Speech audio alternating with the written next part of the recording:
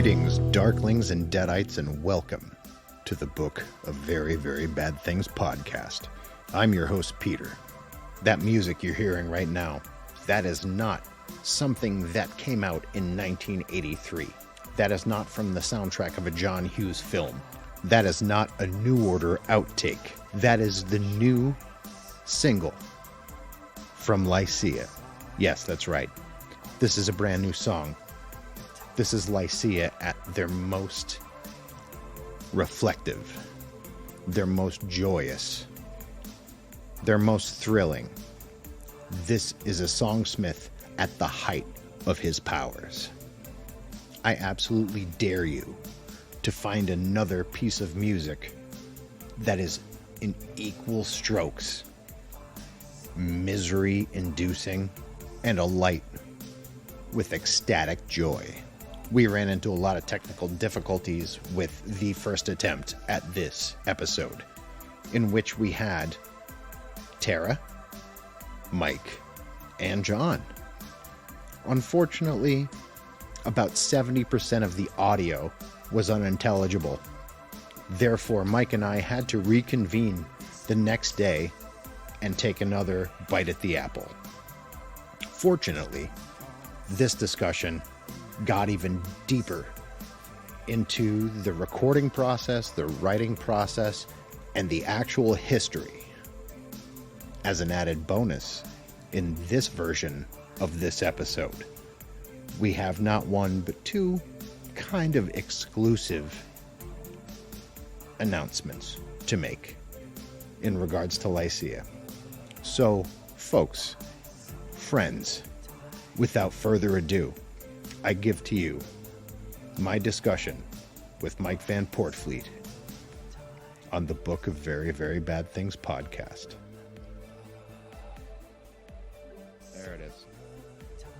All right. Well, I want to thank you for coming back on. I know we had some technical difficulties yesterday, so the fact that you put together some time for me today to sort of make up for that, I really appreciate it. Oh, no problem. And understandable about the technical problems. Yeah, I mean, it happens.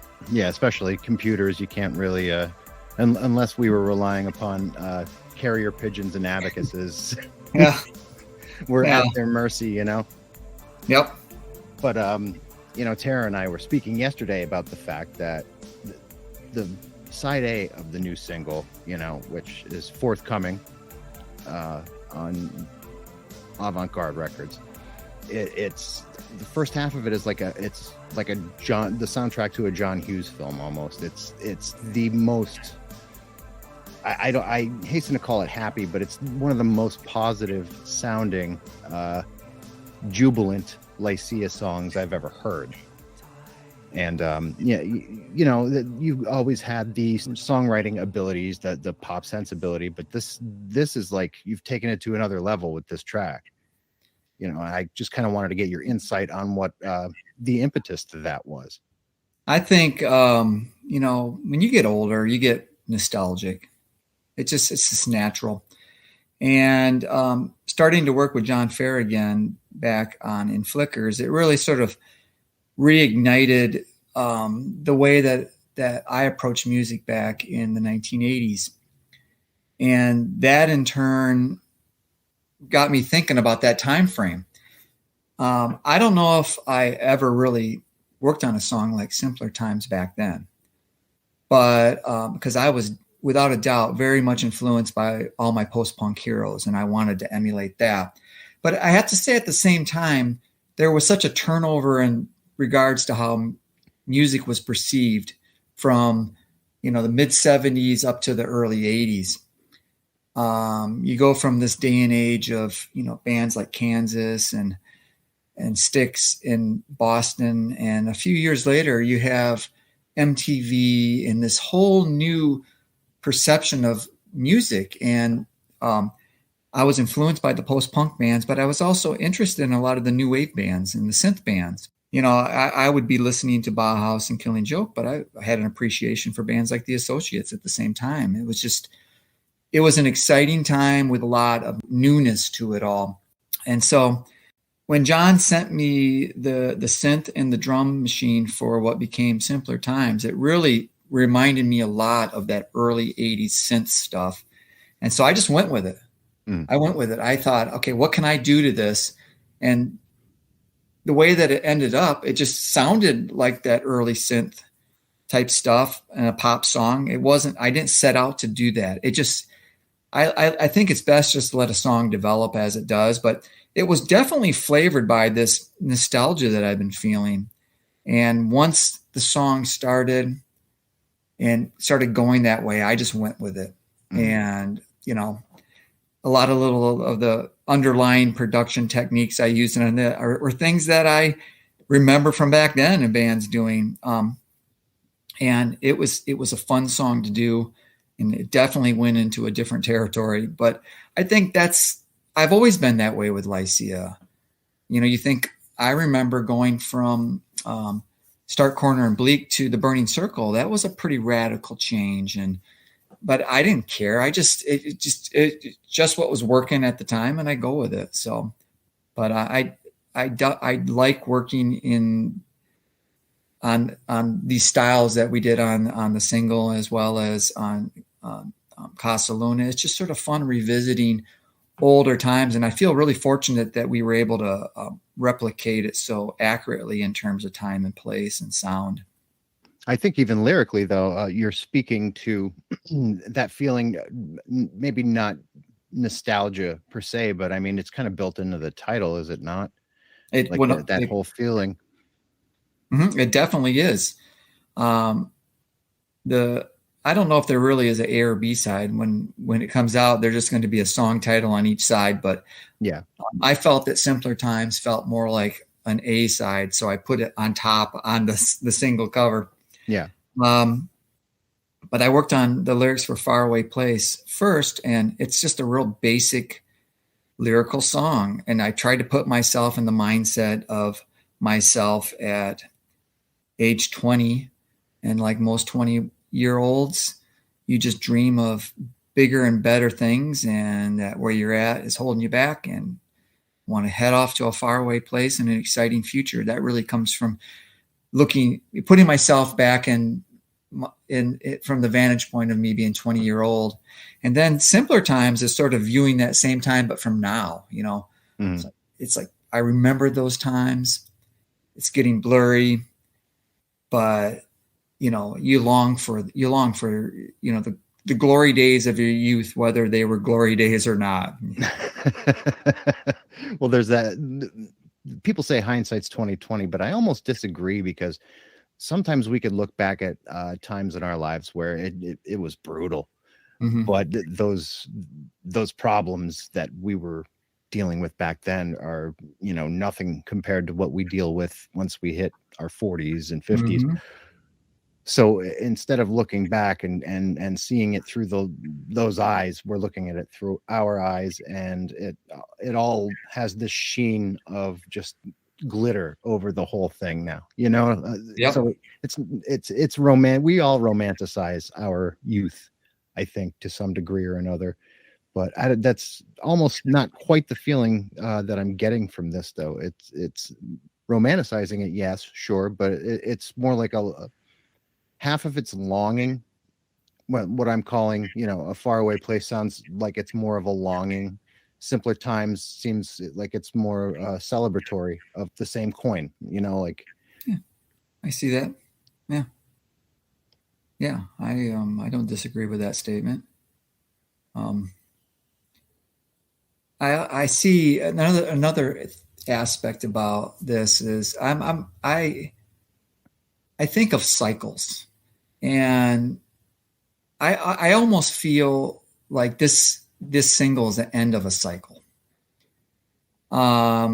Just like what started with Ionia sort of naturally wrapped up with Estrella, and then there was a little bit of a reset. I sort of see that what started with probably Fifth Son, it's coming full circle with this cycle, but it's also coming full circle going right back to the very beginning of how I approach music in the 80s. It's not to say that there's no new music coming from Lycia, but it definitely to me feels like Casa Luna and Simpler Times really is sort of the end cap of the second era of Lycia. And I don't know what the future holds. There's nothing new, no new music coming. I have nothing going. And Tara and I have pretty much been more focusing on just performing around the house, a continuation of what we did in the COVID shows at home, but bringing the effects back in and working more on performance. And I think at least for the foreseeable future, I just want to concentrate on being a musician again and performing. And who knows, maybe we'll play live again. Maybe we'll just do some more recordings from home that are a little more refined of performing. But the whole time I was working on these two songs, I knew that this was going to be the last time I worked in the studio for a while. I was like, when I finished, I'm like, that's a wrap. Studio's going down. I'm taking it apart, and it's going to be down for a while. I do this every once in a while. I did it after A Line That Connects, and I did it after In Flickers. You just like, okay, I'm done. I need to be away from that part of the music. And so it really felt like a good ending. Yeah. I think back to the end of the 90s when we wrapped it up. It didn't feel like a good ending. It felt like we hadn't said what we needed to say, and it felt like the door had closed. Like, I'm like, wait, we still have things to say, but the door closed. Whereas now it feels much more on our terms, and things are going as well for us now as they ever have with the reissues and the new music. It's been quite wonderful, and we're very appreciative. We feel like we've been given a second round. Most bands don't get that. Yeah. And I appreciate it, and I'm not taking it for granted. I think the world at large, the music world at large, kind of caught up with you guys finally, where, like I discussed it a little bit yesterday, how the younger people of this era, the kids like our children's age and a little younger, a little older on either side, they don't recognize the codification and gatekeeping of genre the way we did. If you were going to be a punk, you had to be a hardcore punk, or you had to be like, everybody had their niche that they had to lay in. And if you were seen deviating from it, you got called out on it.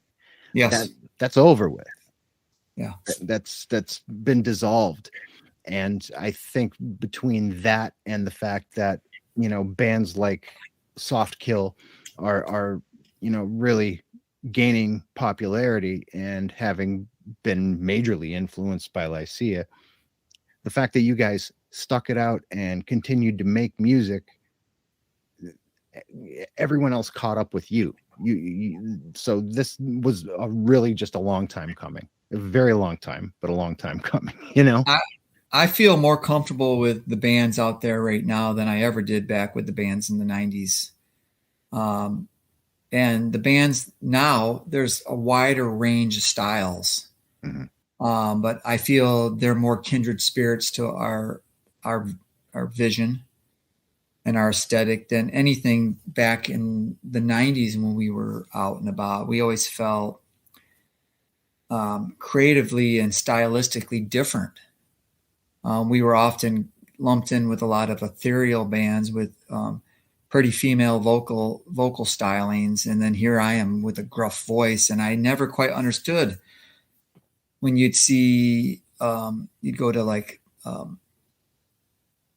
Last FM or someplace like that, and it'd say similar artists, and they'd list all these bands down there. And I'm like, we don't sound like any of those bands. Why are we lumped in with those bands? This isn't an opinion on those bands. I like a lot of those bands, but we don't sound like those bands. No. Whereas now, you can hear stuff, whether it's, something that evolved from metal or from post-punk, and you can say, wow, that they feel like kindred spirits. And me and Tara often say this is like, oh, if we were a younger band and we were touring, this band would be great to tour with. this band would be great to tour with the exception of Trance to the Sun back in the 90s, that they felt like kindred spirits for us. But besides that, we didn't feel like the bands that we toured with or the bands that all wanted to tour with us were good fits at all. I remember those pictures, seeing pictures of you guys on tour with Trance to the Sun, and you could tell you guys were having a great time together. Yeah. And likewise, at that point in time, they really were struggling with unfair expectations of what they were because of perceptions based on applied genre types that were applied on both bands that were never asked for. Yeah. And then there's expectations. And I've never been good at expectations. I've always had a very wide range of musical likes and influences.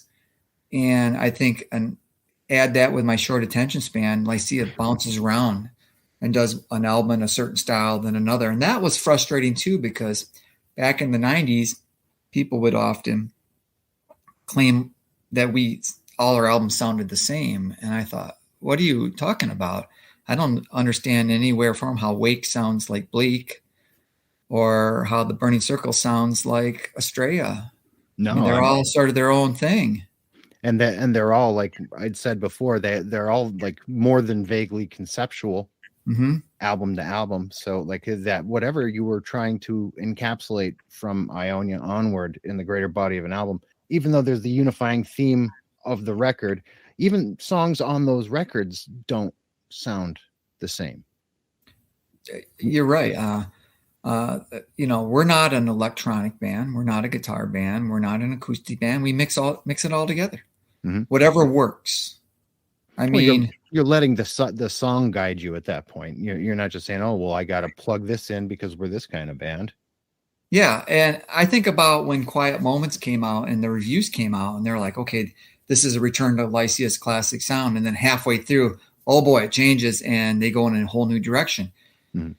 While I was working on that album, I never really thought that, okay, I'm going to really shock people and change things up. To me, it was just the songs and how they flowed together.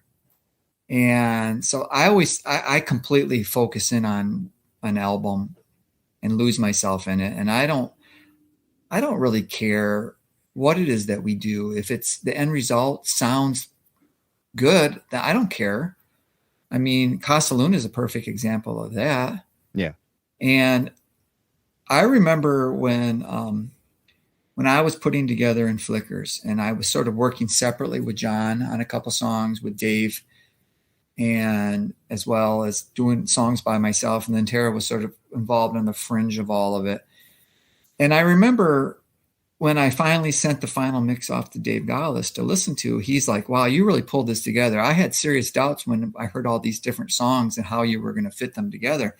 But as the album was coming together, I could really hear how, well, this synth song will fit really well with this acoustic song, and this will fit really well with this ambient song. And it just felt natural. And so working on a release, I just view it from that way. This is just a collection of songs, and our style and our personality will come out in, and that will be the unifying force. Well, yeah, like there's very danceable elements of In Flickers, and there's very like bleak elements of it, and the album starts out with almost like a funeral march. Yeah, with the bells and everything. Like there's neo folk influence on that record. There is. That's what I kind of worry, like when you say this 7 inches like the end of an era, like I'm like, what are you going to do to me next? I don't know, but the thing is you have to take all of that with a grain of salt, right? Because in this second wave of Lycia, it has felt on numerous occasions like it's the end. When we finished A Line That Connect, I still remember very clearly me, Tara, and our son Dirk were driving across the country on a cross-country road trip, and we listened to A Line. It just shortly after A Line That Connects came out, so we put the CD in. I generally don't like to listen to albums shortly after they come out, just because you're wrapped up in it, and I like to give a little separation. But we listened to it, And when it was done, I said to Tara, I don't have anything else to say. The unfinished business that I mentioned earlier at the end of the 90s, I felt that all that had been rectified. I got to revisit my post-punk roots in terms of guitar and bass with Fifth Son. Mm-hmm. I went back and revisited the Ionia and Stark Corner period on Quiet Moments. The electronic experimentation that we did in Bleak, and maybe to a certain degree with Estrella, was on Quiet Moments, and to a degree on A Line That Connects. And then A Line Connects really revisited Burning Circle, Bleak, and Cold. Mm-hmm. And so in the 2000s, I used to always tell Tara, I really wish I would have gone back and done another album like Stark Corner. And I really wish that we could have done one more big album with Dave. And so after A Line That Connects, there's Cold's follow-up right there. And with Quiet Moments, there's the natural progression from Stark Corner. And so I felt satisfied, and I felt that we had, I'll speak for myself, that I had accomplished everything that I felt that I wanted to, and that I had nothing else to say. And then In Flickers just comes about, and we go into completely new territories that we never really visited before. In Flickers became what I wanted Empty Space to be. I wanted Empty Space to be, bring the Lycia members back, explore a lot of different styles, and have this album going in new areas by meshing these different styles together. It didn't work back then just because I wasn't my head wasn't in the right place because of health problems and just a lot of weird stuff, but it worked within Flickers. So after In Flickers, I thought, okay, this is the extra added bonus. Mm-hmm. I have nothing left to say. And then we had one piece of unfinished business that we had promised someone that we were going to do a split 7-inch with them. And so I thought, okay, one last song. I'm going to do one last song. And it was going to be Quiet Way to Go, a little inside joke. Yeah, this is our last song we're ever going to record. Quiet Way to Go, because it's going to be on a split single. And because that band was so very active at the time and I get very impatient, I was just like, well, let's just do our own single. Mm-hmm. So I come up with this strange little flamenco piece. And like, that's going to be our single. And I don't know what happened. That's point A right there. And suddenly it seemed like it was only a short time later and we have an EP. Yeah. And I'm like, okay, well, I guess this is the extra added bonus number 2. And then Simpler Times and Faraway Place just sort of happened. And now I'm saying the same thing. Yeah. Oh, that's it. And so that's not to say that me and Tara sitting around the house playing stuff on the acoustic guitar with running through reverb and singing through reverb. That suddenly I come up with a new idea. And I'm like, well, wait, let's do another little single. And then next thing you know, there's an album or an EP. But this is just the cycle that I go through in this stage. You feel like you've said everything and you're tired and want to take a little break. And then I'm not doing it anymore. And then next thing you know, you're working on the next one. Yep. And I think you have a unique opportunity to just do whatever you feel like doing, because you're not relying on 5 or 6 other people, 4 people to, sort of execute this. You could just sit home with Tara and just do what you want. Yeah. It really is. I mean, I work with people because I like where my writing goes in working with different people. When I work with Dave, I create a different type of way. When I work with John, I create a different type of way. And I like going out of there, but I can also work by myself. And I like that too. So I don't know where we're going. All I know right now is that in the foreseeable future, I'm really enjoying just revisiting a lot of old songs and just playing them on the acoustic guitar and reinterpreting them and, reinterpreting some of the electronic songs. And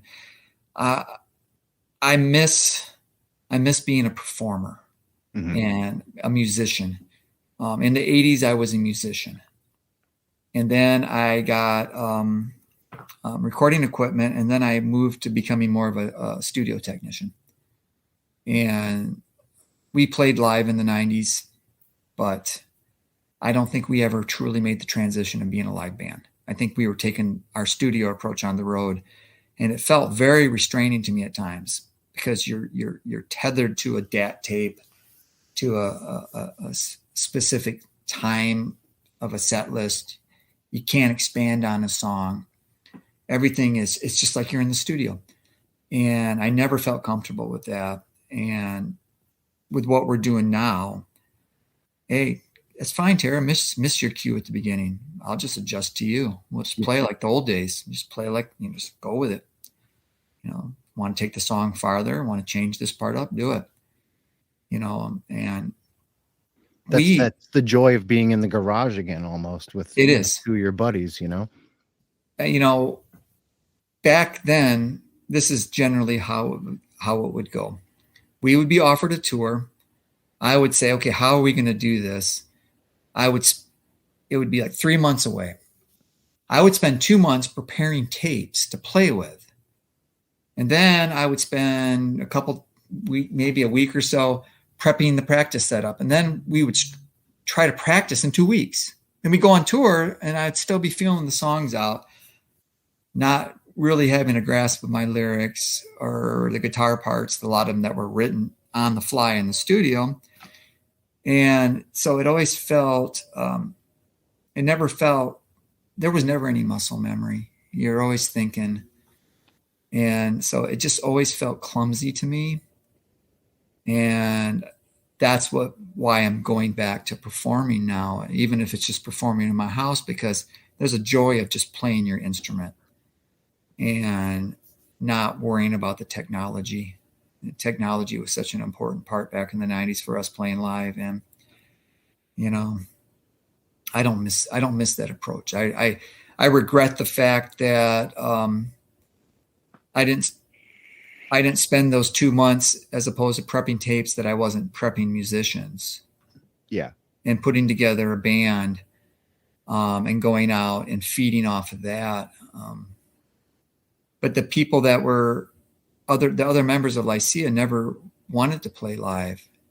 Dave did not like playing live. And John wasn't in the picture at that time, but by that time he didn't like playing live either. And so I wasn't really into the whole concept of bringing hired hand musicians along, because I always feel that it's more pure if you have people that actually are invested into the music, because it means something to them. Mm-hmm. And we've played with bands that had hired hand musicians before, and that's really what they are. They're just hired hand musicians, whether they're playing that band songs that night or whatever. It's just, it doesn't really mean a lot to them. It's just, they're just playing. Yeah. It's a paycheck. Exactly. And so I'm really sort of digging where we're at right now. I feel we're in a good, comfortable spot, and depending on the climate of the world and how it goes, if we can get this really ingrained into our muscle memory and feel comfortable with it, we might do sporadic treated acoustic shows, as I like to call them. In other words, with our effects, and just go out there. But who knows? I think with the amount of, with the reissues and, the single pending and the astronomical amount of digital downloads occurring with you guys on Discogs, if you decided to just take a weekend and play here, a weekend play there, you're obviously going to draw a crowd, because if this massive amount of downloading is any indication of where your popularity is headed over the past few years, I think it's going to be vastly successful. We're going to do it differently this time around. Back in the 90s, we would be pitched tours, or we would have a booking agent put together a tour, and we would just go to wherever they could fit things in. We're not going to do it this way. If we do it, we're going to be very selective, not only of, what city we go to, but what venue we play in. We're going to go under very specific frameworks that we want. We're not going to go someplace and have, some local band open up for us. We prefer to maybe not have anyone open up for us. And just go someplace, play early, play in venues that everybody can go to. I don't want it to play in some kind of club where there's, a certain type of people, a genre specific club, or a place that's 21 and only old. I want to go someplace where it's like, I don't even want to play in normal rock clubs. I'd rather play in an art gallery or in a smaller theater, and really concentrate on, maybe you just go and play one show in a certain part of the country, or in a certain, over, Europe or down to Mexico City or something, and just go there and do one show, focus in on it really good, make sure everything's in place. So that's not like, you know what it's like when you're touring around with a band. You show up to a club, sound man's always late. Mm-hmm.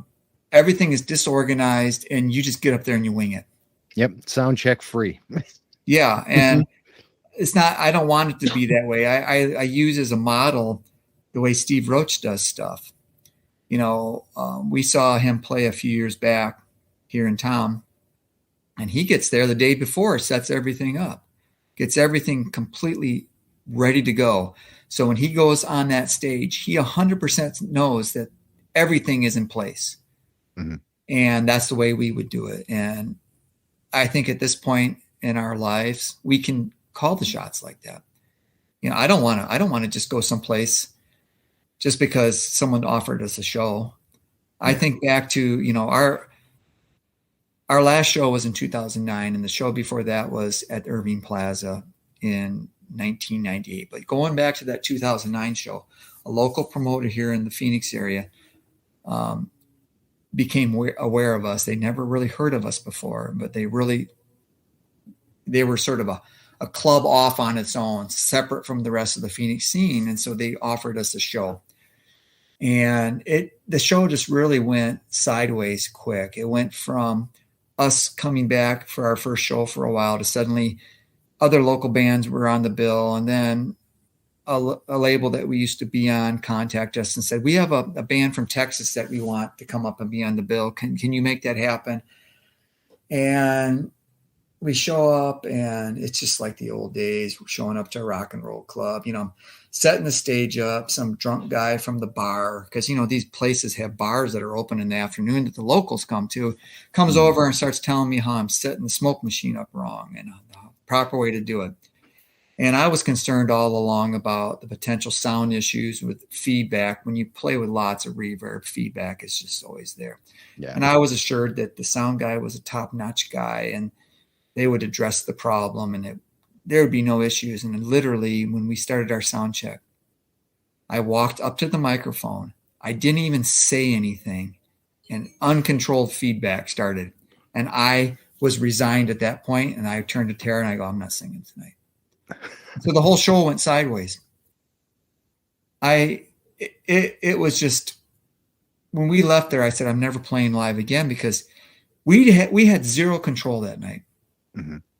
The other bands on the bill, there were 3 other bands on the bill that night. They all had more control than we did. We set the stage up, and by the time we got on there, I had to reset everything up from scratch. And, you ask for dedicated channels that if you don't have your own sound guy, forget the dedicated channels. Yeah. And it was just a disaster. And then I'm so frazzled, even though I decided not to sing, I get up there and I botch almost every guitar line because I'm just completely distracted. Yeah.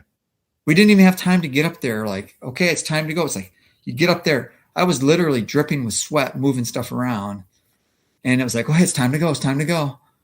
And we got up there and we played like 20 minutes. And I said, screw this. And we just walked off. And people are like, why are you stopping so soon? It's like, this is not what I had planned. Yeah. And it will never happen again. If we play live, it's going to be completely 100% under our terms and follow the Steve Roach model. And It will be, it's the only way it can happen, because if it's not set up and organized at this stage in my life, I just get frazzled and then I'll start making mistakes. And who wants to see that? Yeah. You're not going to have fun doing it, and everyone else is just going to be like, yeah. And the thing about when we do play is it's a regular thing that people will come from they'll fly in. For that show, people actually came in from out of town, and I felt like I owed it to them, and I let them down. And I let them down. But it was because so much was outside my control, and we're not going to let that happen. And so if we do start playing shows, they will be sporadic, and they will be very much structured around what we need to be able to give the performance that we can give. And having, the less issues as far as, technical difficulties, like back when you guys used to tour regularly in the 90s, people didn't even understand your stage setup. Now there's at least a precedent for what you were doing. So that there again, I think at least to a degree, this new generation is catching back up with you guys. Yeah. You mentioned Soft Kill earlier. We went and saw them play at a music festival here in Phoenix. It wasn't a genre specific music festival. It's actually called the Burrito Festival. It was a big street fair in downtown Phoenix. And there were bands of every genre, and there was like 6 or 7 stages. And they were booked to do one of the stages. And they literally rolled in moments before they went on the stage. And as they were starting to play, I saw a guy walking around in the crowd with a mixing board on his iPad. And he was setting the effects, the reverb effects. And there was lush reverb on their vocals, and it was on the fly. And I just thought to myself, oh my God, back in the 90s, I think about that tug of war with every single sound man across the board that we dealt with, that kept on telling me that you can't have reverb on your vocals. It doesn't work. I'll put a little delay on there. So you could hear it as we were performing. They were just screwing around, trying different effects. Yeah. And it never worked. It never worked. The only shows that we had that actually sounded good were when Sam from Projekt did sound for us at a couple shows when we were opening for Typo Negative. And so he wasn't shy about going to this world-class board at these nice venues and saying, I'll handle this. And he would add our effects, and it sounded good.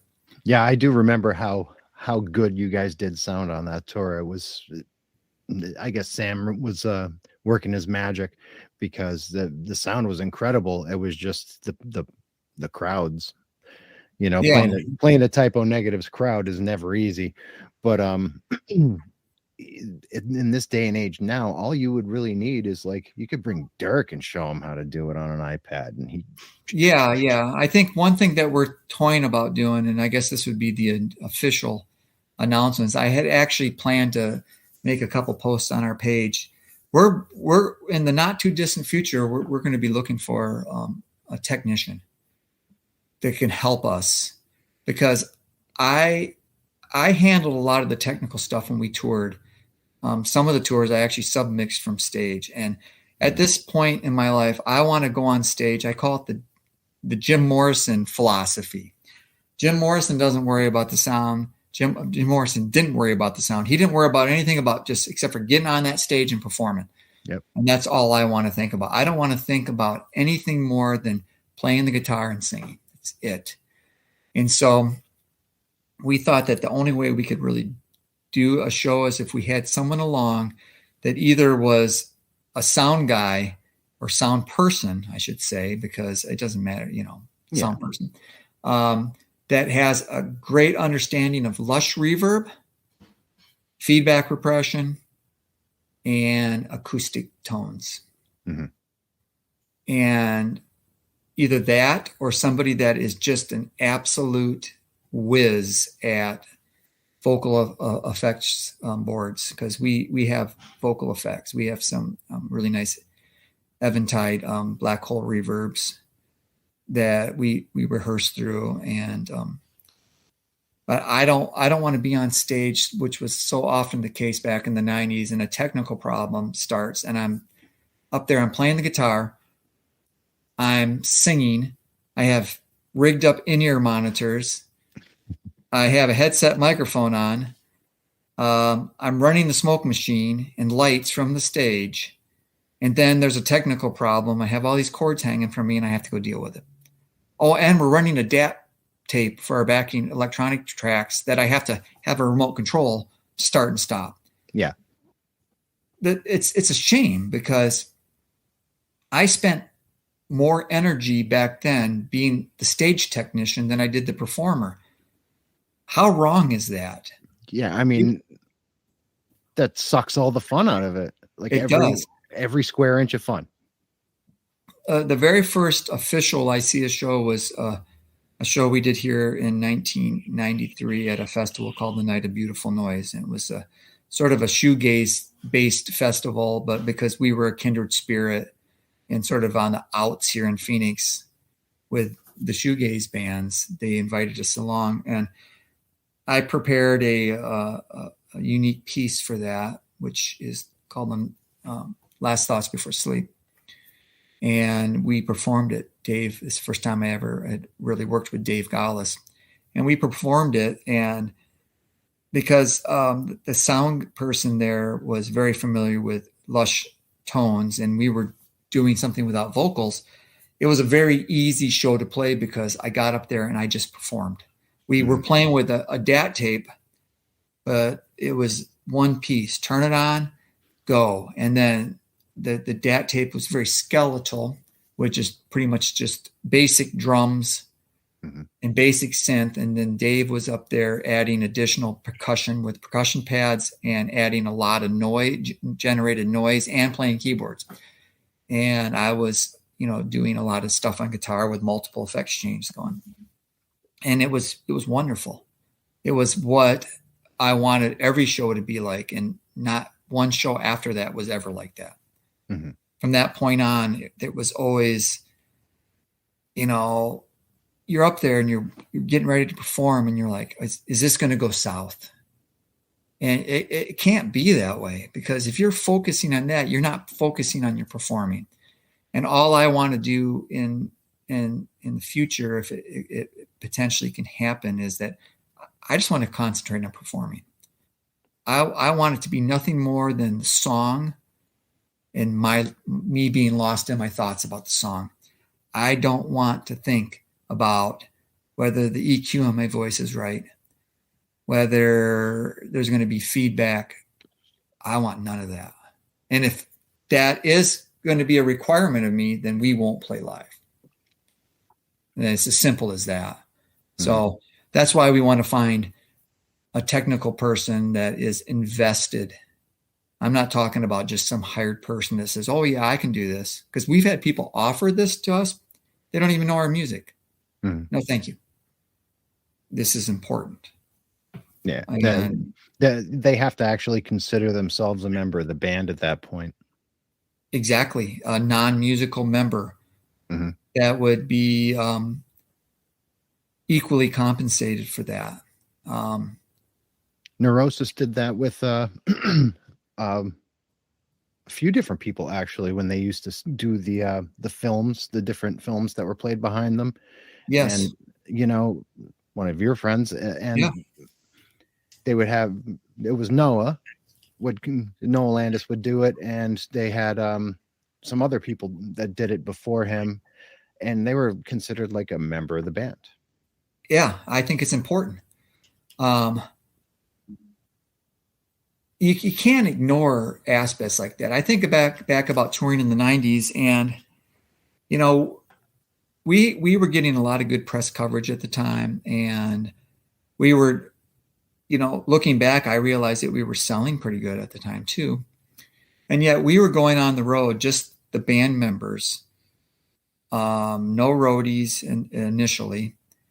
And just doing everything ourselves. I was the primary driver, setting things up. We were spending all this time doing all the non-musical stuff, and then by the time we got on stage, it always felt to me like it was like the afterthought. Mm. And it shouldn't have been that way. It should not have been that way. We should have had a sound person. We should have had at least a skeletal crew, and maybe someone along to handle at least the business side. How can you give a performance that's worthy if you're thinking about all this other stuff? Mm. And when you're playing shows, when you're headlining the Limelight in New York City, I would think that's big enough to justify having your own sound guy. Oh yeah, absolutely. But we could not afford it. And if it's not offered to you, but the shows are, and you want to do it, you got to do what you got to do. Mm-hmm. And that's what we did. And not being, I don't care about the business side of music. I never have. So I suspect that we probably got vastly underpaid for a lot of our shows. I'm sure. And, we just felt thankful that people wanted us to play in their town. We'd show up, and there was a general feeling when we would drive away. We always felt disappointed. We always like, oh man, we could have done so much better. We really let that crowd down. And you always felt like a sense of guilt, but what do you expect? I don't like compromising. And yet for us to go out and play back then, it required us to compromise. Something had to give. Mm-hmm. We couldn't present the sound in its full glory as it should have been. But we did the best we could. And I think at times we pulled it off all right. But it's a shame. It really is a shame. And that really has flavored my thinking for why we didn't play live for so long afterwards, because I'm just like, I don't want to go out there and do that again. And so we're approaching it in a way now that it's pure, and it's a way that we could present it the way that we want to present it. And whether or not, things can fall into place to make that work, I don't know. But if it's going to work, it's going to be done the right way. We're not going to compromise. I think if you can get yourself into a situation like that, touring wise, that's where, like, in my experience anyway, a lot of writing and a lot of inspiration for writing takes place on tour. Yeah. You didn't have that opportunity probably as much as a normal run-of-the-mill band would have, because you were too busy, stitching up all of the tears in the fabric of the tour. Yeah. But I think if you put yourself in this rarefied position, you're going to find yourself writing. Yeah. Every moment of every day on tour was something needed to be done. A typical day for a Lycia tour in the 90s is we'd get up early in the morning. We would load all the equipment from the hotel room onto the rooftop carrier of my very small car. Mm-hmm. And then I would drive sometimes 10 hours. We'd get to the next town. We'd go to the hotel. We'd go to a Motel 6 usually, because we always did that ourselves. We'd arrange it ourselves. Then we'd go to the club. I would be actively involved with unloading everything, then setting up everything. And then we would sit at the club waiting for the always tardy sound people and club people. They would come in. They wouldn't take anything seriously at all regarding our sound check. Sound check would be a disaster. We would feel defeated. Then there would be 3 or 4 bands playing before us, and we would just be sitting at the club. And then we wouldn't go on until midnight or 1 o'clock in the morning. We'd get done. We'd load the vehicle, go to the hotel, unload the vehicle, and then I would lay in the hotel room and sleep 3 hours. And then the next day you do the same thing again. I don't miss that shit. No, over and over and over again. And the one tour we did, this was the pattern, and we played 27 shows in 30 nights from Boston to Miami to Minneapolis. And I don't know if we went to Texas on that one. I don't think we did. I mean, I think we did. So it was just nonstop, and it's absolutely exhausting. And how is that possible for me to give a performance when you're on the stage? Because usually after the last band would play before us, the stage was in complete upheaval. Yeah. And our equipment was shoved completely to the back. So it was, okay, this is 4:00 in the afternoon all over again. We're setting everything up. Sound guys would come up. Of course, they were either completely high or completely trashed from drinking all night. And everything would be a complete start over. The sound check was completely useless. You'd see them at the bar, like starting over again. And I loved the fact that we were able to do it, but man, I really wish that we could have understood at the time that we could have asked for more, required more, because what we were bringing to the equation was beneficial for the label. Yeah. And we should have required it, and as opposed to saying, okay, we'll take one for the team. We took them for the team a lot. I remember what your rider looked like back then, and it was like next to nothing. Yeah. It was net. It was net. It just, could you get us some water? Like, I remember that rider well, because we used it to our advantage to eat breakfast and lunch the next day. We generally ask for like some fruit, some yogurt, maybe some bread and some cold cuts, and Diet Coke and some water, and that was it. And we didn't even require a lot. And then we had a cooler with us that we brought along, and we would take the fruit and the yogurt, and we would eat that the next morning for breakfast. And just trying to be as and try to make it work as best as we could. I remember getting you, when we were getting you booked in music, the club owner was like, they didn't even ask me for booze. No. It's like, wow, okay. I did drink back then, but how could I justify drinking when I was getting 2 hours of sleep a night and I was driving? Yeah. I had to, that would have been a recipe for disaster. In fact, I think my frustration with playing live back then was, I remember one time we went to the backstage, and there was one of those, you remember those big barrels of beer, it's ice and beer, and it's backstage. And I walked backstage and I thought, I've been doing this since 1981, and this is the situation I always dreamed to get to. And there's everything that I've ever wanted to be in part of the band, and I can't even partake in it because I'm the road manager and the driver too. Yeah. And then it got so ridiculous at one point in 97, we actually did have a couple of friends come along to help with merch and being roadies. And at one point, I'm watching my merch and roadie people drinking beer. And here I am, like the person that's supposed to be the center of attention, and I'm just the accommodator. I'm accommodating everybody. Yeah. And I'm like, how did this not go right? And it's because I wanted it to happen so bad that I was willing to do what I had to do to make it happen.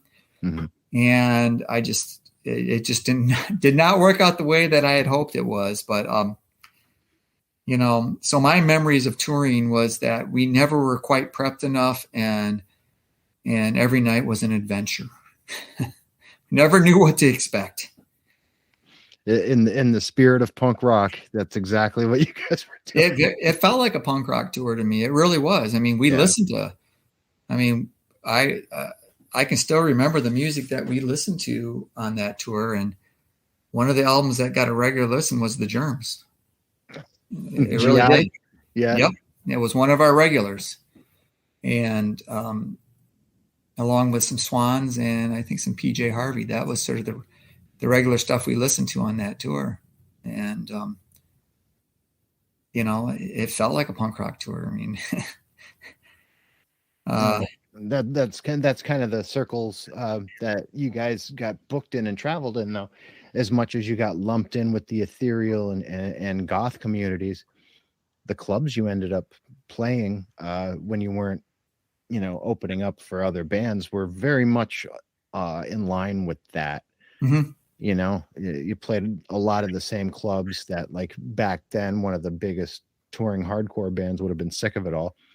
Like, I remember vividly going to see you guys in clubs where Sick of It All had just been there a few weeks beforehand, and, like, you were traveling those same circuits. So we were traveling the same circuits. We used to see the same bands. Like my memory's fuzzy now. I remember one of the bands that we crossed paths with. I can't remember now. Maybe Tad. Tad was around. Oh yeah. They were touring with some other band at the time, and it seemed like every city we'd go to, they would be playing at a club, like at the same club the night before, the night after. And but the clubs we were playing at were punk rock clubs and sort of underground clubs. I mean, for God's sakes, we played the Rat in Boston. Yeah. And I think what was going on with us is that we were definitely expanding beyond the genre that, like you said, the ethereal type stuff. None of those bands really played live. Yeah. And so we were sort of going into new territory, and we ended up getting a booking agent, Bay Ridge Booking, out of New York. And they specialized in harder edged bands, metal bands.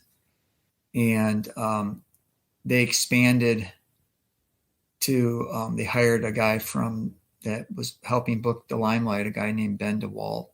And he sort of came aboard to primarily book our tour and Switchblade Symphony's tour. Mm-hmm. And it was sort of became a new thing. So we went to the same clubs that their other bands were going to. And they were absolutely marvelous with booking. Like I said, 27 shows in 30 nights. Originally, it was 29 and 30 nights. 2 shows were canceled because of conflicts. Mm-hmm.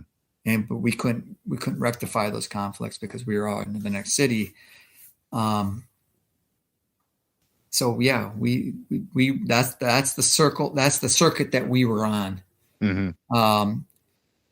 I'm trying to think, but with the exception of maybe a couple college shows, all the clubs were really,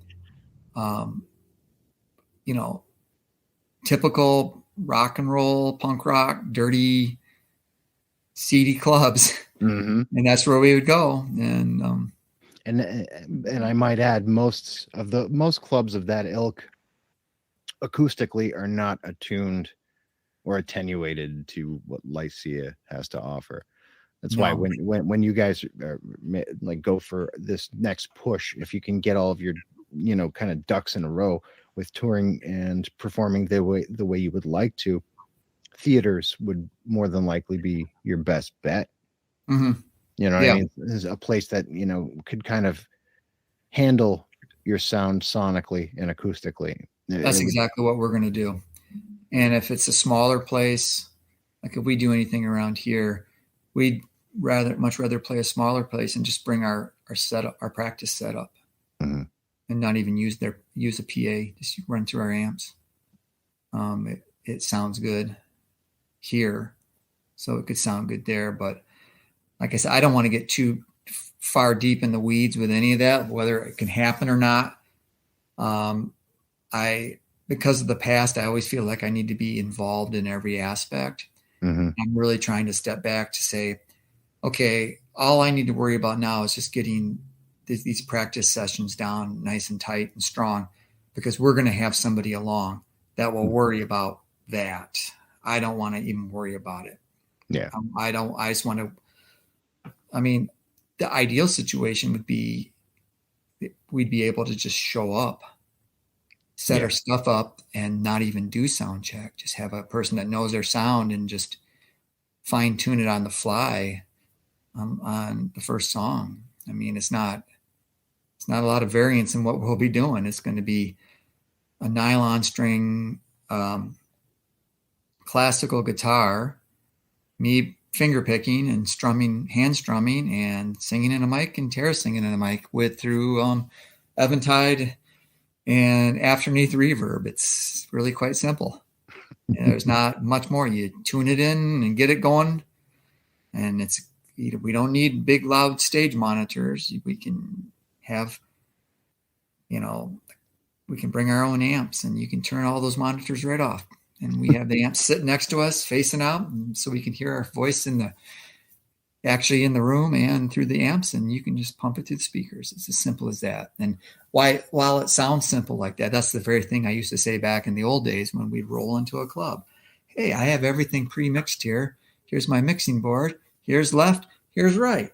Just have it come out and everything's good to go. Oh, and then as well as my mic. And then here's my mic. Just put a little delay on it, a little bit of reverb, no stage monitors by the vocals. Piece of cake. Okay.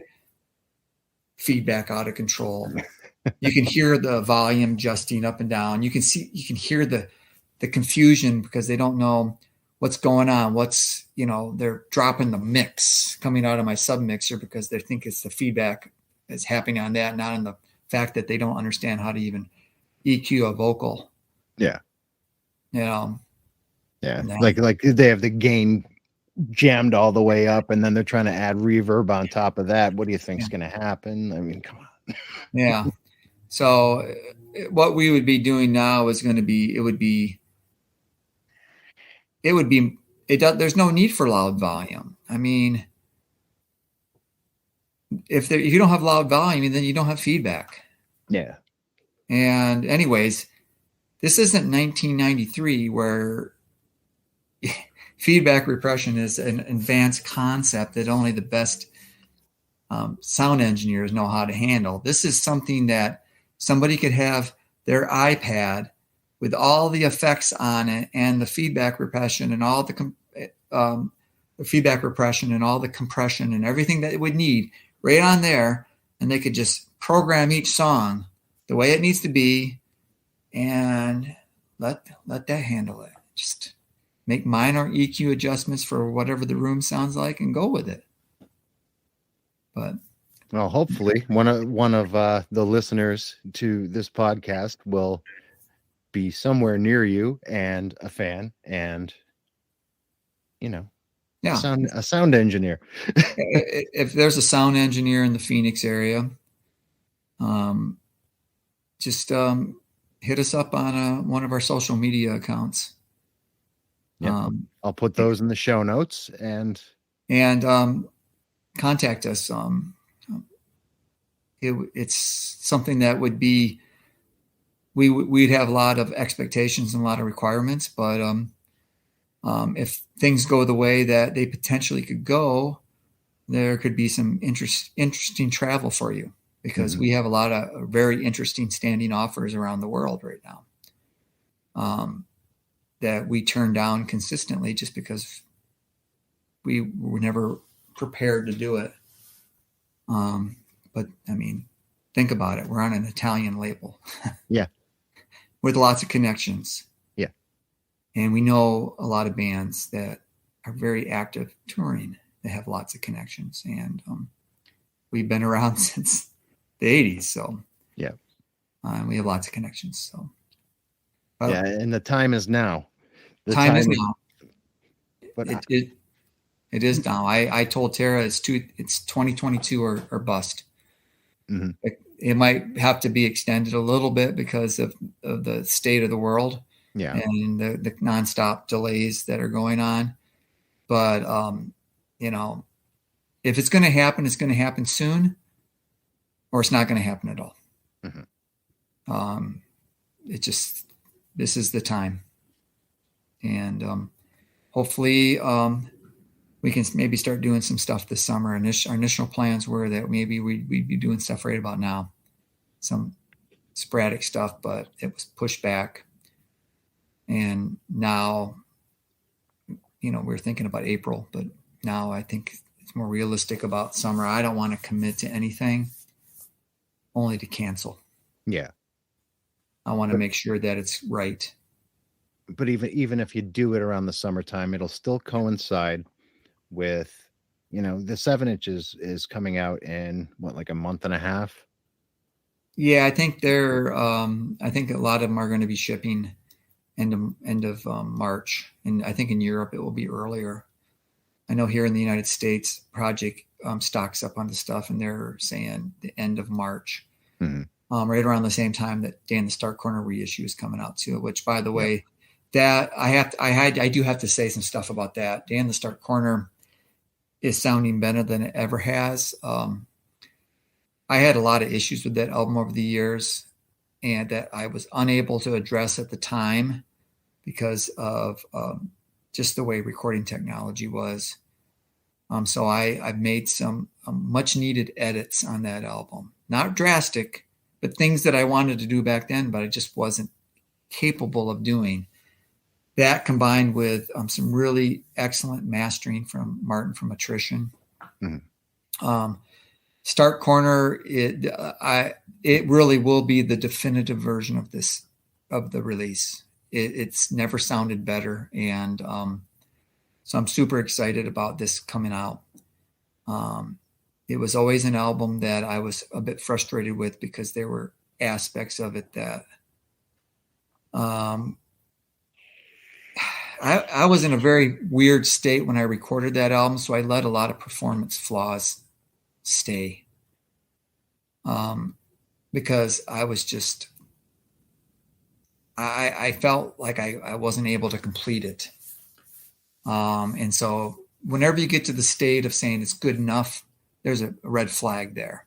Yeah. And there were certain parts that I said that was good enough, and the edits that I made is doing nothing more than what I would do now on an album to rectify a technical flaw. Mm-hmm. The best way to say it. There were a lot of technical flaws that people maybe didn't hear, but they drove me nuts. Drove me absolutely nuts. And I was able to clean those up so that the songs can really be what they needed to be.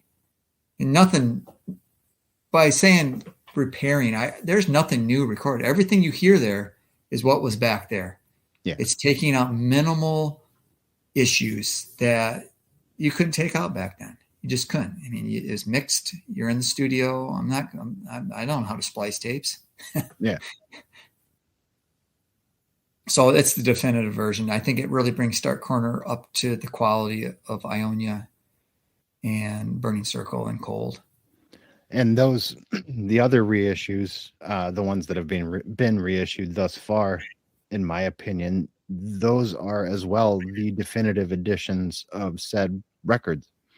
Because I don't think, not to take anything away from the way they were originally released.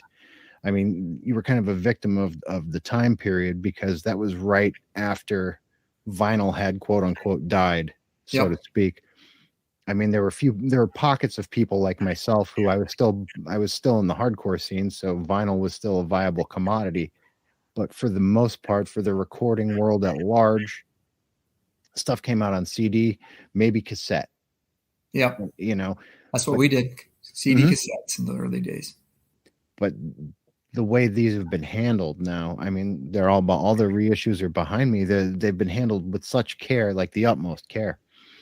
And the fact that, you got to go in and rectify issues with that recording that you always had sort of a piss taking with, that's incredible. It's like you're getting to, rewrite your own history in a way.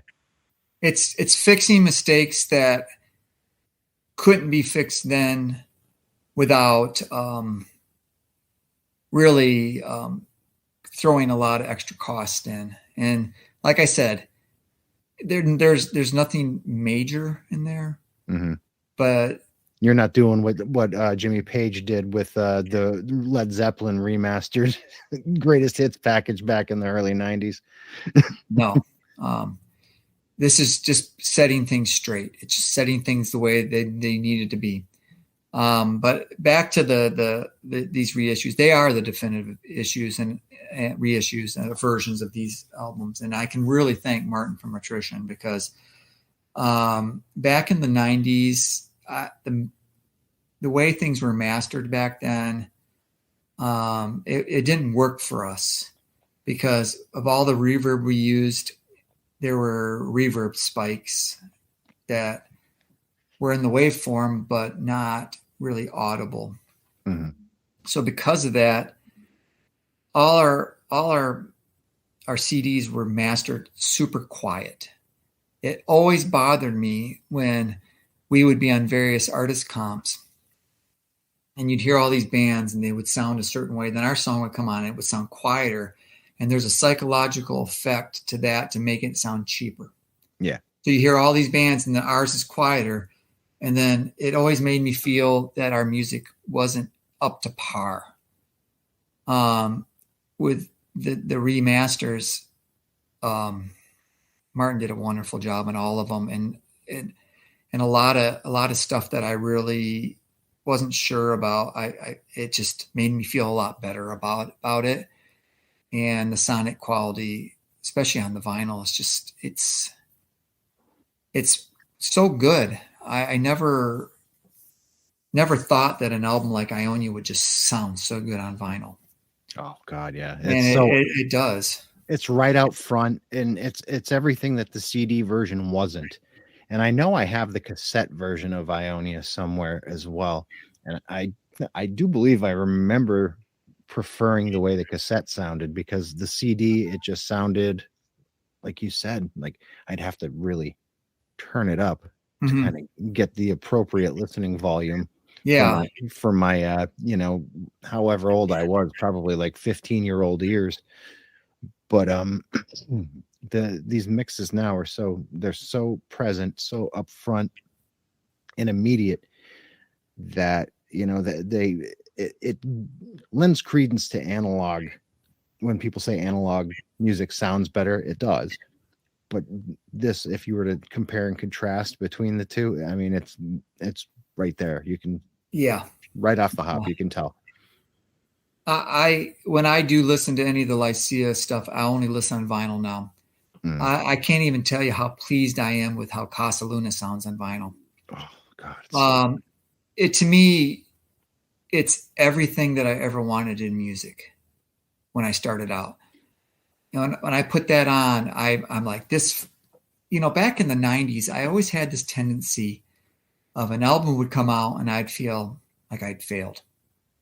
And I would always say, okay, well, I failed on that, but I'm starting on the next one now, and I'm going to get this one right. And I might have told you this story the last time we talked, but when I finished Estrella and I was listening to the final mixes, and I felt, as always, disappointed. And then finally I found this strange sense of comfort, which was, at least I'm consistent. At least I consistently don't deliver on these mixes. And as strange as it sounded, it gave me comfort, because I thought, at least I'm always on the same page. Yeah. And now it's completely opposite with the last few works. I've within Flickers and with Casa Luna, I made sure that everything was exactly the way I wanted it to be. And I wasn't going to settle until it was. And so they're my two favorite releases. I'm very proud of those releases. And as far as I'm concerned, those are the releases that every release could have been that way to me if I would have just spent a little more time with them and been more firm into my view. My approach to music is not traditional. It's very different. And in the 90s, I was often talked out of doing the things that I wanted to do. Yeah. Whether it was from the label or other people in the band, or even sometimes my own fear of doing something that might not be considered normal. And I actually wrote a song about it on Flickr called Rewrite, which is my sanity now is that instead of listening to the old albums from the vantage point of what they are, I hear them now in my head the way that I envision them to be. Yeah. Because I can't take ownership over things that I didn't own. I only can take ownership over what I do. I can't take ownership over some person I don't even know mastering an album, because I send it off, the final mix is off, and then the label takes it off to the studio to get mastered, and the mastering technician doesn't even know what Lycia is. It's just another job. Yeah. And they just do it.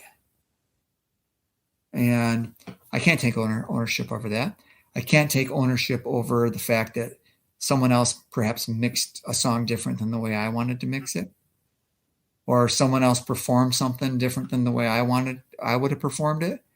All I can do is take ownership over my own performances and my own mixes. And that's what Rewrite is about, is that to give myself sanity, I view everything that I've done in the past from the vantage point of what I brought to the table, as opposed to maybe what it became at the end when it deviated from the vision that I had for it. Yeah. Now, if I could go back in time, everything would be right, because the way that I've been with these last few releases is it's the way it's going to be. It's going to be at the end is the way I hear it in my head. And there's zero compromise. It's just the way it's going to be. And I irritated each and every band member on the way. I did, including Tara. She's like, I did those vocals for this part and I really like them. And I'm like, sorry, I'm going to use them in a different way, because I hear this bigger picture. I hear it as the release as a whole, and I hear it, the song. The thing about it is I don't only rearrange and sacrifice their parts. I do the same to my own parts. Yeah. Once it's done, I'm like, okay, I hear this. I hear where this is going. Okay, this guitar part that I did that I really ripped, it's gone. I'm not doing it. I'm changing it. It's just not working. Galatea is the perfect example of that. I had the song done and I was trying to replicate the original, and it just was not working for me. There was something in there that just wasn't working for me. And so I was sitting there and I was like, do I need to change that guitar part? So I had the acoustic guitar sitting next, because that's my primary instrument that I used to play around the house. I had the classical guitar there, and I pick it up and I'm like, I'm going to rewrite that main guitar part and just use the acoustic guitar to write it. And I started just doubling what the electric guitar was doing. Yeah. There was my answer. And I literally said, wow, that sounds good. And I just plugged it in and I recorded it first take. What you hear there is the first take on the acoustic guitar. I just played along with it, duplicated my electric guitar part, and then just added a tad bit of reverb on it. See, and so that's why that guitar part sounds so dense. Yeah, there's a probably what sounds like the effects on the acoustic guitar is actually the electric guitar part in the background. Yeah. It just was, the electric guitar part was just not popping enough.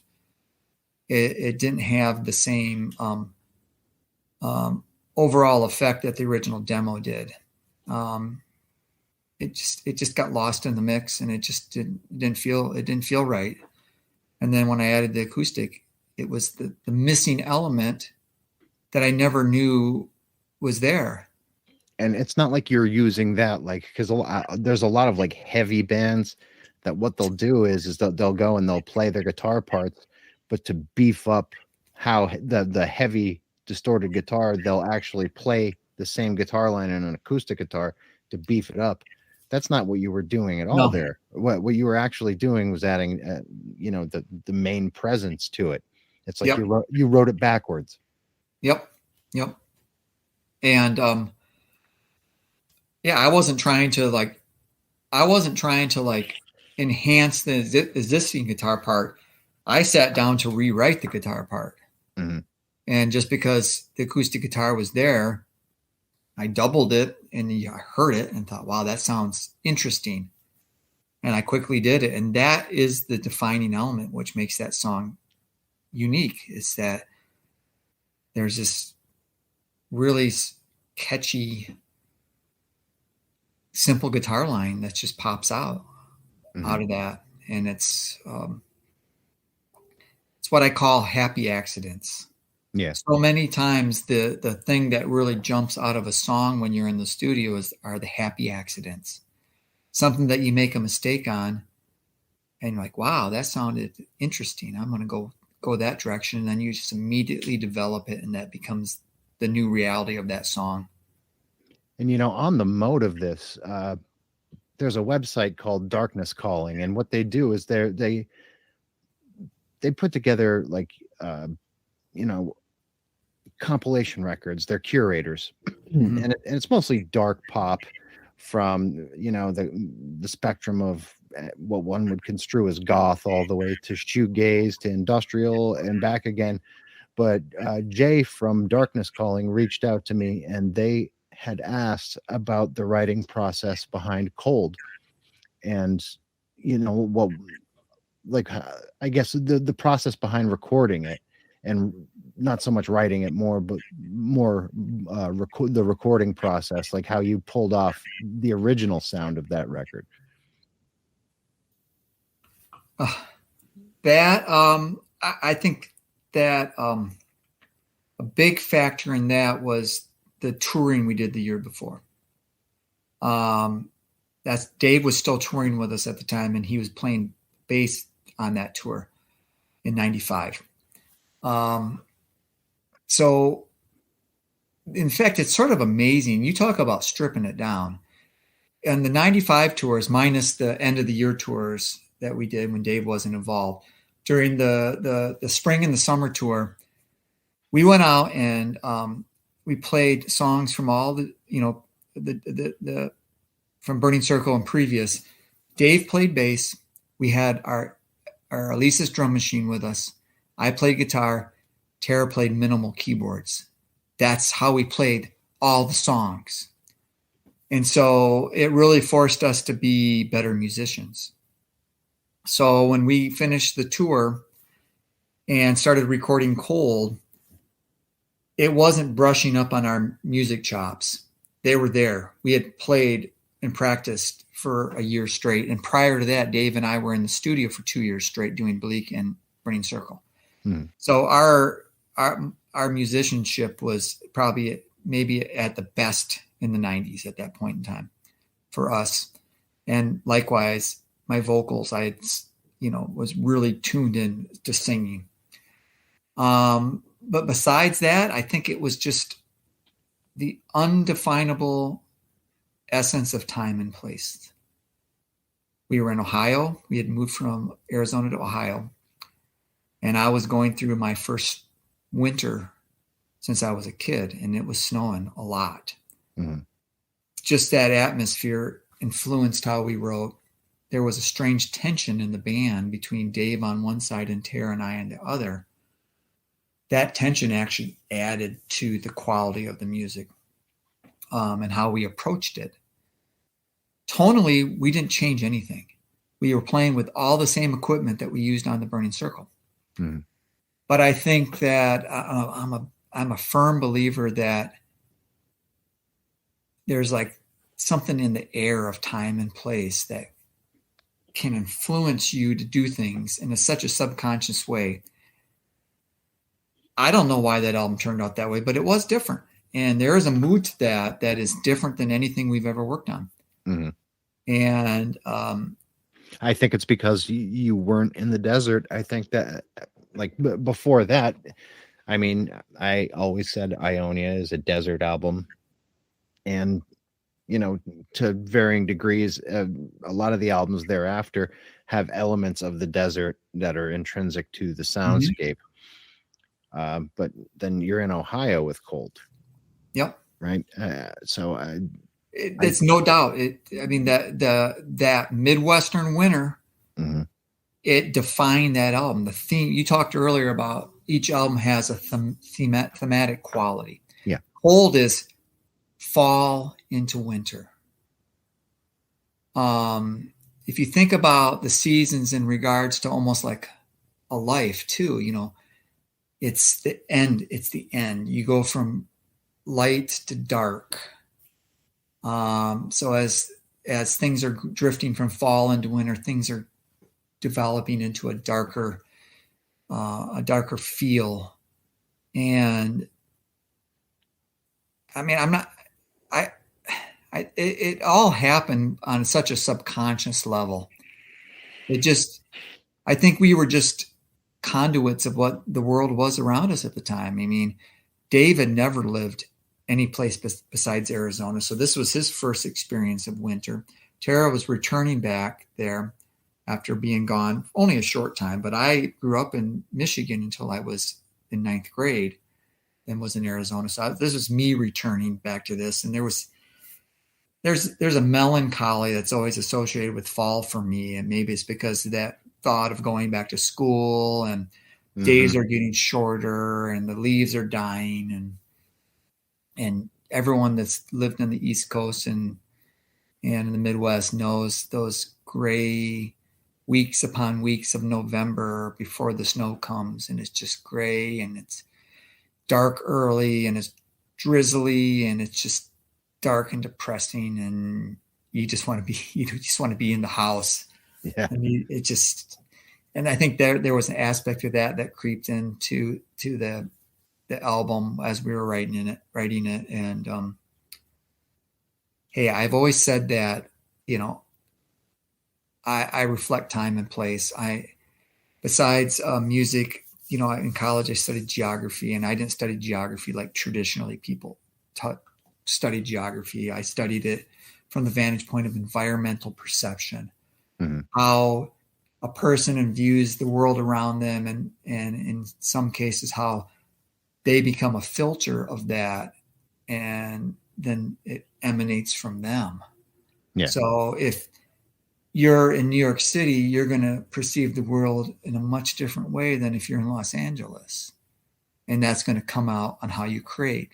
Yeah. Likewise, yeah, you're right. I mean, Day in the Stark Corner to me is standing out in the desert here, the sun beating down on you. That's what that album is to me. And Cold is standing out in the woods behind her house as the snow comes down. I think the best way to explain what Cold means to me is a line from the song Autumn into Winter, where, you know, basically, because Autumn into Winter is a Cold outtake that we finished for In Flickers.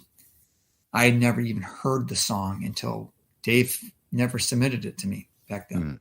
So it was a new song, but just read the lyrics to Autumn into Winter about, you know, looking up at the sky and the snow falls down on you. Mm-hmm. It's so simple. It's like a Taoist saying or something, like the stream flows. Yeah. Likewise, to me, standing under a cloudy sky and feeling the snow, looking up and seeing the snowflakes fall down into you, it's more than just that statement. There's a strong emotional connection for me to something like that, tying me back to my childhood, the sense of, you know, the changing of seasons. And I think that right there alone is Cold. The Cold album is that, and that simple Taoist line of the snow falls down. As simple as that. And the way I constantly associate color to music. I mean, Cold is that's a very ashen gray album and period, whereas the period you're in right now, especially from In Flickers through the new 7-inch, this is like, to me, it's purple. It's got a purple feeling. It's your purple period almost. That's funny you should say that, because likewise, I'm very color oriented. In fact, I was very adamant on the Cold tour, which, as I said before, it really was the pre-Estrella tour. I don't even know if we played any Cold songs on that tour. We were focusing on the new material. Yeah. And our lights were purple and aqua. Yeah. And to me, it was a no-brainer. The lights had to be purple and aqua. We were going on tour, purple and aqua. And we did the photo shoot for that, purple and aqua. It was just for Estrella. It had to be. I can't explain it any more than just saying it just felt like it had to be that. Yeah. Mm-hmm. Even like the cover of the album. I mean, the way the lights washing against Tara's face, it just makes perfect sense. Yep. But in the same token, the 10-inch, the primary color in that is purple. Yep. So even before I'd heard that, though, when In Flickers came out, that was the vibe I'd gotten from it. That the color I associated with it, and not in like a dark way either, because, as I'd said before, there are obviously dark elements and moments to In Flickers, but it's not a depressing album. It's not an existential album. No. Stark Corner is an existential album. Yeah. In Flickers is not. In Flickers is a reflective album. You can be sad with both, but there's a difference between existential angst and sad reflection, which is really nostalgia. It's like you remember something that might be good, but because it's gone, you feel a bit sad. But I don't see any of that in Flickers. None of the early darkness. That sort of probably saw the end of the line with a song like Tainted on Estrella. That was probably maybe the last of my existential songs. It really was, because when I came back to doing the full electronic songs on Quiet Moment, it's different.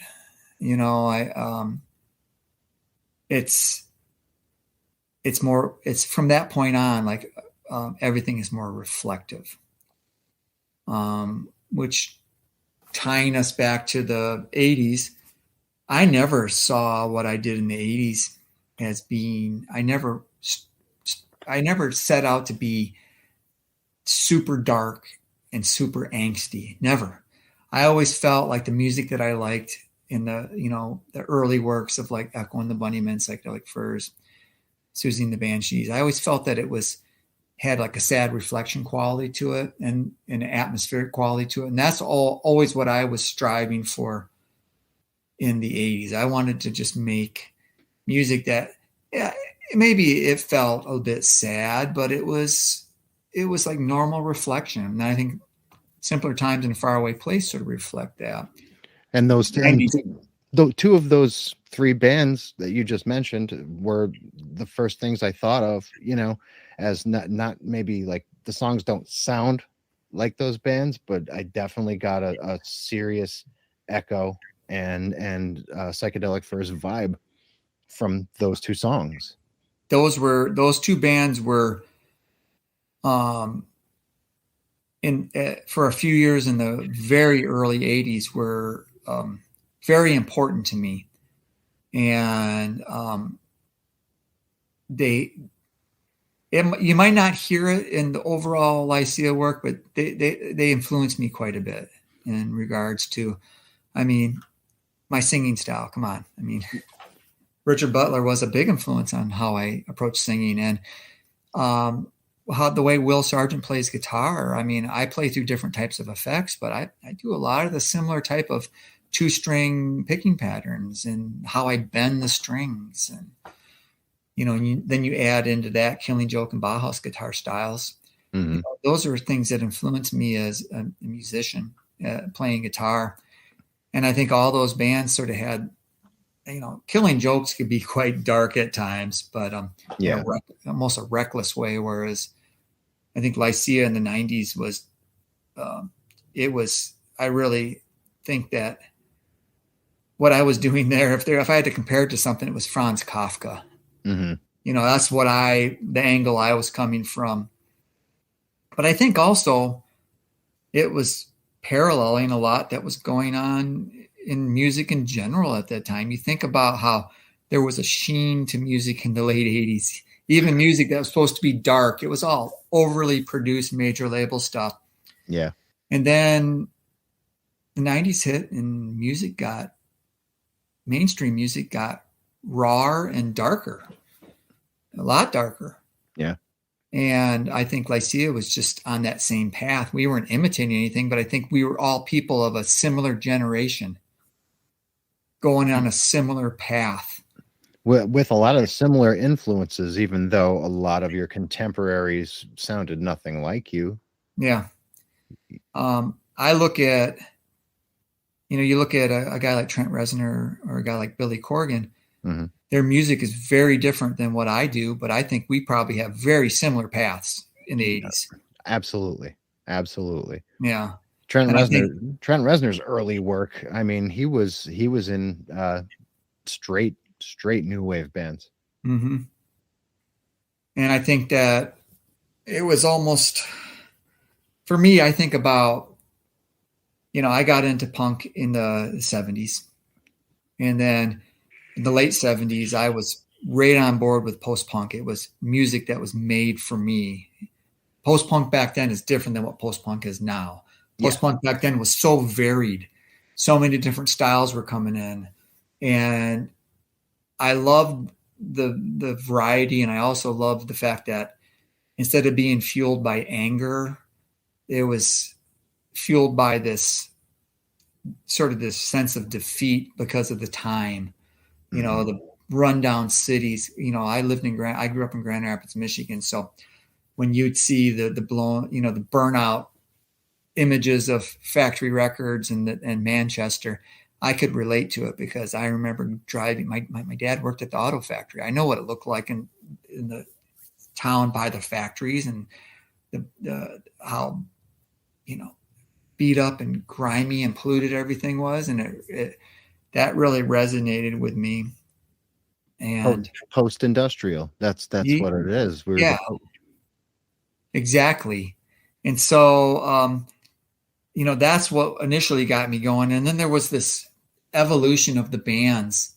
I don't know how all these bands that were from that style 5, 6, 7, 8 years later suddenly were sheen, polished, modern music, mainstream bands. I had a real hard time dealing with a lot of my favorite bands, going from being, cutting edge and raw post-punk bands to being slick, poppy new wave bands.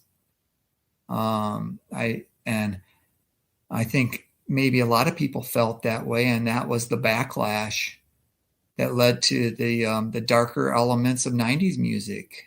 Mm-hmm.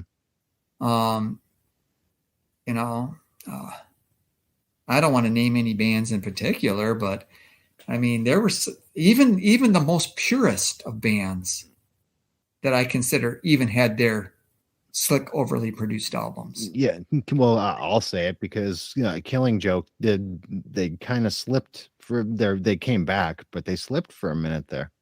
Yeah, I mean, Outside the Gate is a difficult album to listen to when you're used to listening to the first few albums. Oh, I mean, I can deal.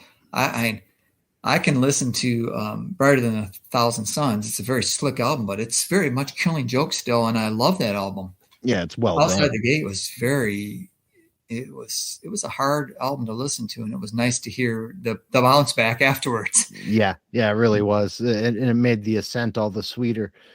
But that time period had its casualties, but then in the same token, it had its rewards. Yeah.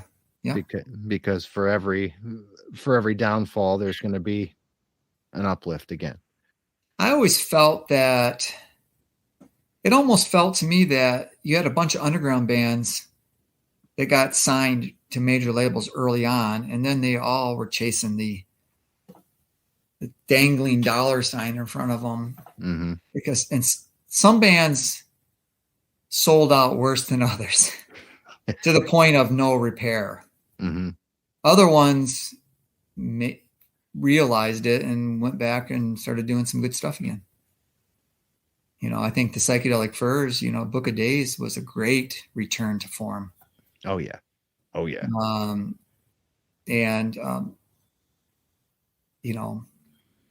Other bands did the same thing too. And but there's no Lycia album like that though. Well, some people have accused it. I mean, when Burning Circle came out, the backlash was for the first month was pretty rough. I never understood that. I still don't understand that. I was getting people calling me sellout. People that were my friends, I thought were my friends, said, I can't be friends with you anymore because you're a sellout.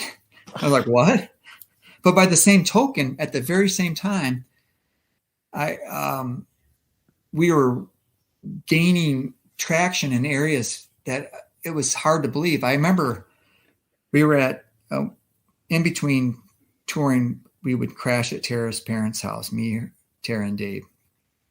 And I'm there, and a phone call comes in, and it's a well-known music writer that's calling to talk to me about Burning Circle, but they're not writing an article and they're not doing a review. They just called me because they liked the album and wanted to talk to me about it. And at the same time that my friends are telling me it's a sellout. One of my buddies told me, one of my music friends told me about a year after Burning Circle came out. He was like, when it first came out, I never really listened to it, but my friends told me that it was a sellout. So I just assumed it was, so I didn't listen to it. But I just finally got around to listen to it, and wow, this is a good album. I don't understand that. With friends like that, who needs enemies? Yeah. So, and I think what it was is that people get used to hearing things a certain way. And I found that there was a strange irony that we pushed our boundaries and then we're called sellouts. Mm-hmm. We went outside our comfort zone and we're called sellouts. And first of all, I don't know how that album could be considered a sellout. It's, I don't think we've ever quite turned the reverb on quite so loud as on that album. Yeah. And is it catchy at times? Sure it is. But you know what? I'm a songwriter. And have they not heard Wake? Wake is songs too. Yeah. That's where we started. And the song Ionia is catchy. Just because it's dismal doesn't mean it isn't catchy. Distant Eastern Glare is a song that could have been on Wake. Yeah. Just because it's positioned next to The Realization doesn't mean that it's any different. You put it next to, the song Wake or the song Nothing from Wake, and it's suddenly perceived differently. I think maybe the way we started off the Burning Circle, that we have this really big song, but we put strings and bells at the end to make it sound more epic. Maybe people are like, what is this? This doesn't sound like what I'm expecting Lycia to sound like. But, I never want people to think that Lycia is going to sound like what Lycia sounds like, because I have a short attention span and I'm always bouncing around trying different things. That's what keeps me going as a writer. Like I said, Quiet Moments was revisiting Stark Corner and Ionia. It wasn't imitating those albums. It was revisiting the atmosphere of those albums. But the way I worked on Quiet Moments was completely different than I worked back then. I just saying, okay, I'm going to do slow stuff again. I'm going to try some slow stuff, but it's completely different. I mean, I had 4 tracks to work with on Island Start Corner, and I'm not, for the song Quiet Moments, 63 tracks. There are so many little minimal things floating and around in the background there. Barely audible. Sometimes not even audible, but if I take it out, it seems like something falls out. It's just, everything is different. You approach everything differently. You use the tools that you have, and I don't care how you get. You can get to someplace on 10 different roads. I don't care how you get there. Just get there. Yeah. You don't need to specifically go on a particular road. Just go there. End result. All I care about is the end result. And I don't, if there's expectations about what I'm going to do, people are going to be disappointed because we're just going to go and do something different. Yeah. We finish in Flickers and come back with a song that's influenced by jazz with A Quiet Way to Go. I'm playing jazz chords on that song. I've never played jazz chords like that or that style. I'm playing without a pick on my electric guitar. I've never done that before. I'm just like, hey, this is interesting. Let's try this. No, you get to write your own ticket. I mean, no one gets to tell you what Lycia sounds like. It's yours. Oh, it's funny you should say that, because one time I was accused of wrecking Lycia. How could you? That'd be like someone telling me that you're wrecking being you. That's exactly what it was. They said, someone told me that I was failing the band by not releasing something, and that it was my responsibility to release it because, it was like I was letting down Lycia by not doing something that they wanted me to do. And I was like, do you not realize that Lycia follows my direction? And it really had a lot to do with, it happened at the same time of the late 90s crash. I mean, there was a lot of struggle going on within the band, with the label. And then when it started with people that were fans accusing me of sabotaging my own band, I was like, I'm out of here. I need to be away. And we took a rather long strike at that point in time. We did Tripping back into the Broken Days, but that was a different beast altogether. It was supposed to be a side project. Mm-hmm. But after that, it might have appeared that we were active in the 2000s, but we weren't. I mean, I don't know if 10 songs were written in that decade. It was just not a lot was done. It's, burnout to the nth degree. And I don't know where I was going with this, but anyways. Well, I guess to kind of like bring everything home and wrap it up, these 2 songs, I know John bounced like the very scant skeletal parts of them, and then you turn them into what they are. If you were to, and I know you're just you're packing up your studio and putting it away, but do you think your next, like I'd said before, with the tour coming up, do you think that your next inspiration musically could just come from you and that's it? And maybe first off, definitely no tour. It'll be sporadic shows. Yeah, sporadic shows.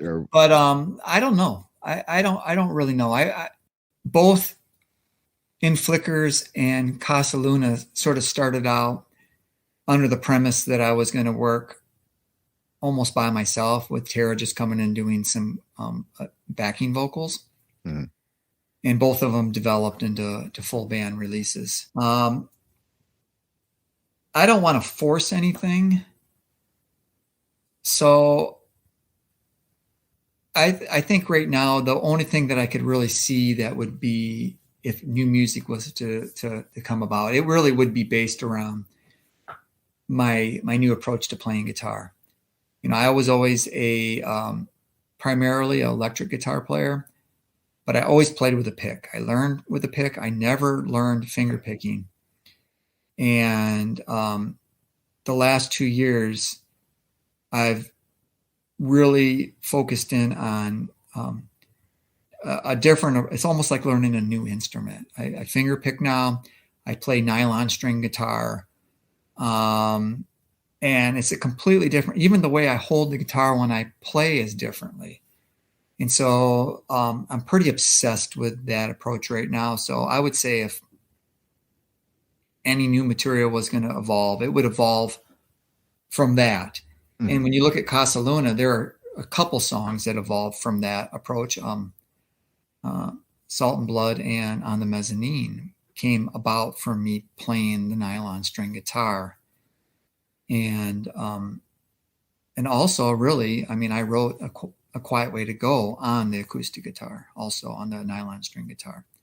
And that's its natural form. I just switched it up when I recorded it.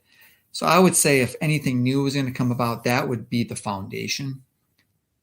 But saying that and how fluid things are and things could change, John could potentially just send me some more electronic stuff, and that could end up being a foundation. Yeah. Dave could approach me with something, whether it's dark electronic stuff or even guitar-based stuff. That could be hell. Will Welsh could sort of appear out of nowhere and say, "Hey, you want to do a slow motion heavy song again?" And I'd be like, I probably would say, "All right, sure, let's give it a go. See what happens." He might pop up the same way he dropped out. You'll be playing somewhere, and Will just walk in. I'm a very forgiving person, and I've gone back and worked with people and labels that I thought I would never.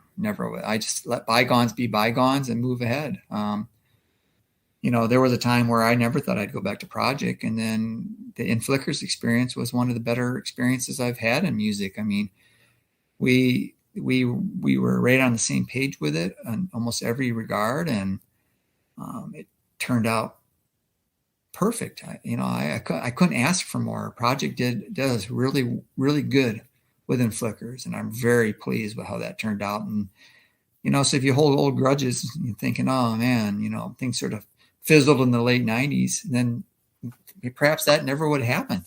Mm-hmm. In Flickers, and likewise, there were times where John and I were not on speaking terms, and we worked together again. We talked about how rough things were with Dave and me and Tara when we all lived together, and we're great friends again, Mm-hmm. So I'm very open, and but I don't know what the future holds. I mean, I've been doing this a long, long time. I started in the fall of 1981. And so I can't picture ever just not doing music. Music will be, music is on my mind every day since probably I was a kid. And Lycia has been on my mind every day since probably 1981. I didn't start using the Lycia name until 88, but yeah. Lycia, the concept I came up with that in 1981. And I just never ran with it because I was unsure of myself being a front person and a leader. So I just rode along in these other bands and go home and work on my stuff, bring it into the band. They would dissect it, change it. It becomes something else, but I still had my Lycia versions. That's where songs like The Ruins, from Remnants and Ruins, that was from 1984. Ghost Descends from The Line That Connects was a song I wrote in 1983, musically. The Light Room from A Line That Connects is from like 1985. There's old songs that I wrote that were part of this project that I had, this unnamed project that I had from the get-go that I just never realized, just because I thought, no one's going to like these songs. They're different than what what we're doing in the band. No one's going to like this. And, like the song like The Lightroom never would have saw the light of day, except for one day I just started playing it on the guitar, and Tara's like, what is that song you're playing there? Oh, it's this old piece of junk that I wrote a long time ago. And she's like, we got to record that. So everything you hear there is pretty much what it was back then. Same with the Ruins. What you hear on Start Corner of the Ruins was what I had back then. If I would have had a 4-track, it would have probably sound pretty much the same. Holy so God. the journey for me started in 81, and it's been a long journey. And so I don't really know what the future holds, but I do know this, and maybe this is a good way to end it. Okay. Is if simple times is really truly, or simpler times is truly the end of the line, then I'm satisfied. I am. I couldn't have said that after tripping back into the broken days and the end of the first era. I felt there was a lot of unfinished business. I do not feel that way now. And anyone that knows me and knows how self-critical I am, for me to say, if it ended today and I never did any more new music, I feel satisfied, that it should resonate, because, I feel extremely fortunate that we had this second run, and if it ended and I just walked away now, I would feel okay with it. It would, but I love music too much to walk away completely. Maybe my involvement from here on out is just playing the acoustic guitar in the living room. Mm. It will still be there in some capacity for me. So we'll just see where it goes. Well, that's awesome. I think we could wrap that right there. That's a perfect ending. And I really appreciate you taking some time today to kind of. Well, thanks for after all the technical issues last night, yeah, we could have just put this off, but I appreciate you that you're pushing the single for us. My pleasure. So thanks for having me on a second time. All right, my friend. I will talk to you soon. All right. Good to see you. Yep. Take care. Once again, that was Mike VanPortfleet from Lycia. Always a pleasure hearing from the folks from Lycia. Great friends of mine dating back to the 90s. Without waxing hyperbolic, I have to tell you folks, these two songs on this little 7-inch piece of wax, they're just incredible. It's incredible to hear a band that has existed as long as they have, with a career that has lasted as long as it has, triumphantly release 2 songs that are so absolutely and utterly incredible. I'd like to thank Jay from Darkness Calling on Instagram for sending in a question. A few of you did, but unfortunately I covered quite a few of the questions people had sent already within the context and body of this interview. So I just want to say thank you to Jay and thank you to everyone else. And I want you to know that your questions are important. Your reviews are important. And I look forward to hearing you again when it comes to the next episode. Mike likes to talk about how he tears down his studio and likes to take breaks from his own creativity. But when all is said and done, everything that comes out of this man's psyche and is translated to the recorded medium is not only well worth listening to, but absolutely important and fully historic. This new 7-inch, along with the myriad reissues coming out of Lycia's back catalog, can either be purchased via Sound Cave, which is the retail store of their new label, Avant-Garde Recordings. One can also purchase everything that we have stated from Projekt Records. So, my friends, until the next time we speak, I've been Peter. He's been Mike. You've been fantastic. And this has been the Book of Very, Very Bad Things podcast. from 3:33 a.m. studios. Have a great night, and I love you all.